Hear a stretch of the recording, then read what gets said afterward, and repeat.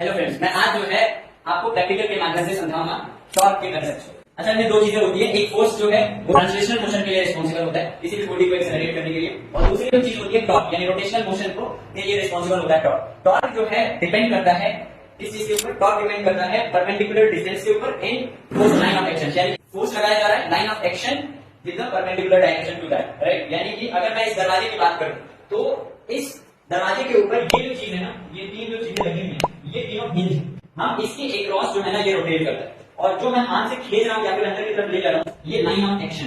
तो line of action के perpendicular इस वाली चीज को हम बोलते हैं परपेंडिकुलर डिस्टेंस, राइट। और ये है मेरा लाइन ऑफ एक्शन, तो ये दोनों हमेशा परपेंडिकुलर रहते हैं। तो असल में जो ये रोटेशन है ये डिपेंड करता है दो चीज के ऊपर, एक है फोर्स के ऊपर और दूसरा है परपेंडिकुलर डिस्टेंस के ऊपर। तो फोर्स असल में जितना ज्यादा ये वाली चीजें रहेगी यानी कि perpendicular distance to the line of action रहेगा, उतना ही कम फोर्स लगाना पड़ेगा, क्योंकि जो टॉर्क होता है वो R क्रॉस F होता है।